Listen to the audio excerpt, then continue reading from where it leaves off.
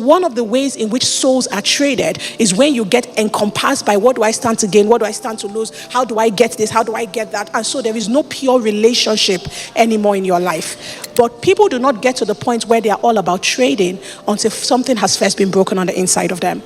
I remember, I'm just going to use myself as an example. I remember I went through a trauma in 2020. And I remember one day I'm laying on the floor and I'm weeping. And I started hearing myself saying, God, I cannot take it. Like, I literally will die. I don't think my heart has the capacity to pump blood and pump this pain. I said, what? Something's going to give, you know. I said, God, I'm going to die. And God said to me, Issy, you need to allow yourself feel it. And you need to allow yourself go through it.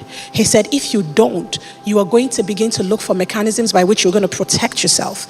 And he says the protection mechanisms that you're going to set up, they will keep you safe in a way, but they will keep me out of your life.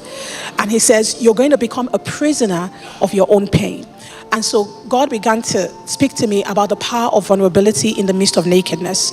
And God said to me, what this trauma has done is that it is like the fruit that Adam and Eve ate. It has opened your eyes to see another level of the brokenness of humanity.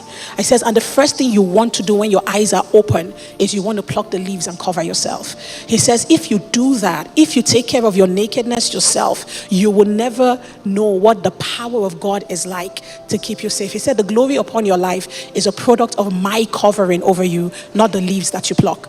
So what Satan does is that he exposes people at a young age to pain, to grief, to nakedness without covering. And so they don't have any idea what it's like to be taken care of. In the midst of that place, that's where Satan comes for their souls. And he begins to rewire their minds and teaches you different kinds of principles for survival that will eventually separate you from God himself.